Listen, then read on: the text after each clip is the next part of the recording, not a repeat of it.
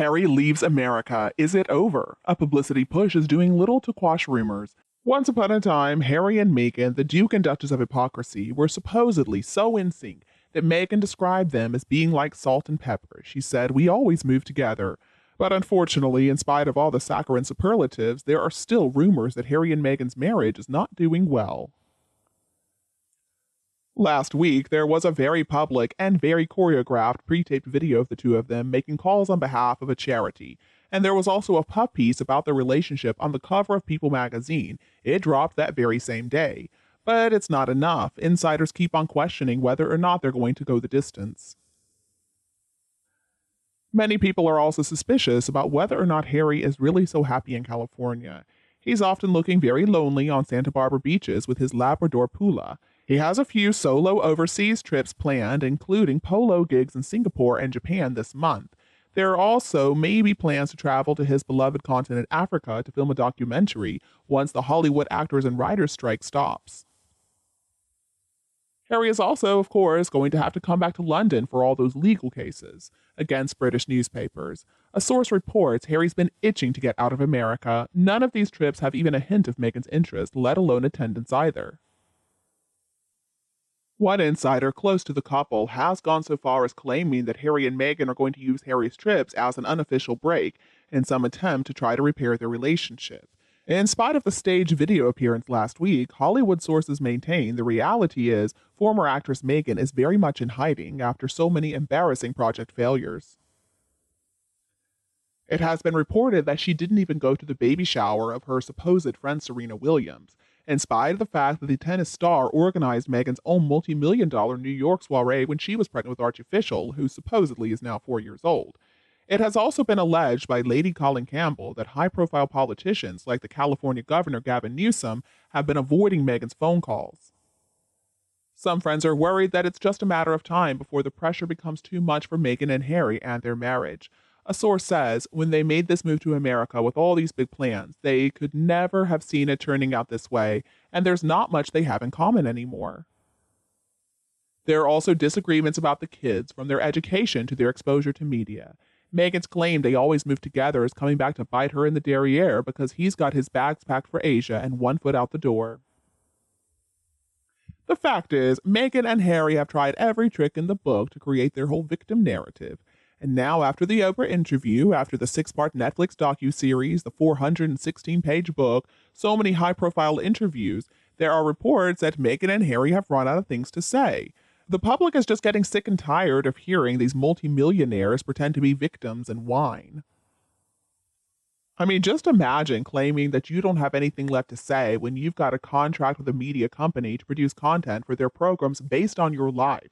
Spotify was still waiting for some good content, but they ran out of patience, and I don't blame them. I'm guessing Netflix is going to follow suit after Heart of Invictus comes out. Maybe it's time that somebody wrote a book about Meghan Markle filled with slander and lies, and then they can go on all the talk shows. I assume that Meghan would squeeze every single dollar from Harry before, during, and after the divorce. And Diana would be so excited, I'm sure, if she were still living, to see Harry's inheritance money going to Meghan Markle. Couldn't have happened to a nicer guy, though, right? Those grifters can whine all they like. Most people, other than a few hardcore sugars, can now see them as lying, conniving idiots because that's what they are. So fine, let them say whatever they want to. They have already shown that they can just make up stuff whenever they want to, and the royal family is not going to speak out to defend themselves. So I guess Meghan and Harry can keep on getting headlines. How much worse could it get anyway than talking about a frozen penis rubbed with his mother's Elizabeth Arden cream? It was disgusting. The broken dog bowl incident, the broken necklace, losing his virginity by having sex with an older woman in a paddock behind a pub. That book was filled with so much inappropriate content. And nobody believes anything they say anymore anyway. I mean, of course, we'll get a laugh out of what they say, but we're not taking it seriously. Shame on anybody who at this point believes a word that comes out of their mouth. They're a couple of world-renowned liars, frauds, and tellers of untruths. They are a couple who have made a whole career out of making mischief, of tall tales and making up stories, and who keep on holding multiple contracts to produce content to fill multimedia channels, but it's just another lie if they're telling us they don't have anything more left to say. Their very survival depends on this fantastical world of their own invention. And unfortunately for the rest of us, that means we're probably going to hear a lot more from them. A lot more nonsense and many more lies. I mean, they're going to keep on talking until they truly have nothing left to say. I don't know when that's going to be, but I kind of doubt that day will ever come. After all, they are desperate to sell more copies of Spare, so they're going to continue to maintain a high public profile. As part of their book deal, there supposedly is still another book or two that needs to be created. Now, the last book supposedly is going to be written by Meghan Markle. Oh my goodness, I don't even want to know what that's going to be. They also claim that the Netflix show didn't present things the way they wanted them to. So now I guess they're negotiating with Netflix to do a film length version of their story, even though they were incredibly hands on with that project. I mean, it was their words for 6 hours, and they still say it wasn't presented accurately and their story hasn't been completely told.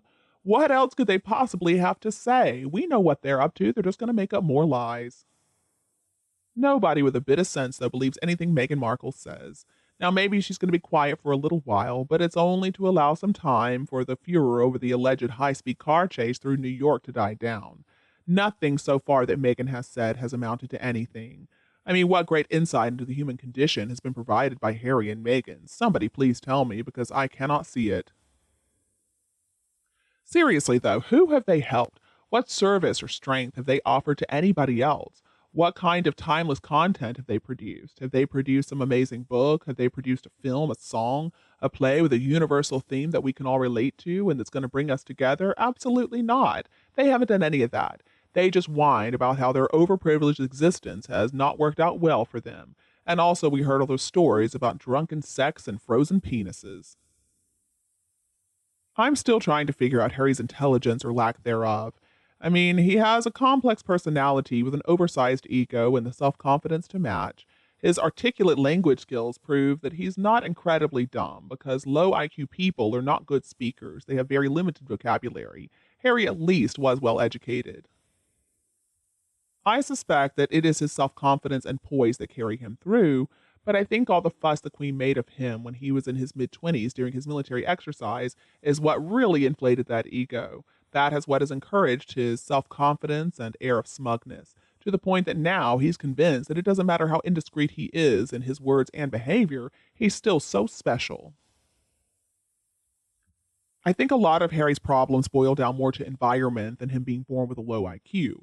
Harry's feelings of being so special and important really feeds his morale. I think we can assume that he is an enigma in society. He doesn't really need to live up to any behavioral standards to be admired. He is going to be envied, he's going to be worthy of special treatment wherever he goes, and that's because of the family he was born into. And that's the reason that Meghan fits in so well with his lifestyle model. She's going to use and abuse all those privileges because that's what she's good at. I think the most character building thing the king could possibly do for Harry would be to take away all his titles. It's pretty easy to read speeches when they're written for you. I mean, just because he can speak properly doesn't mean that he's smart. It does not take a lot of intelligence to read a speech. Everybody in the royal family really bent over backwards for him. I mean, he was always throwing tantrums and acting like a brat, and they just gave in to what he wanted, including the late queen, I'm sorry to say.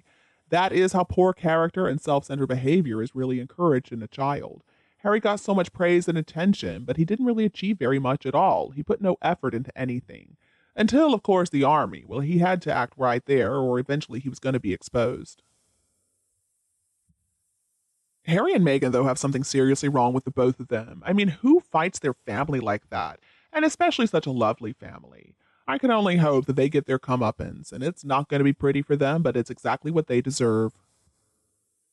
And you, what do you think about Harry and Meghan? Please tell me your opinion below in the comments. If you think my video is helpful, don't be afraid to like and share it with your friends and relatives who need it anytime you want.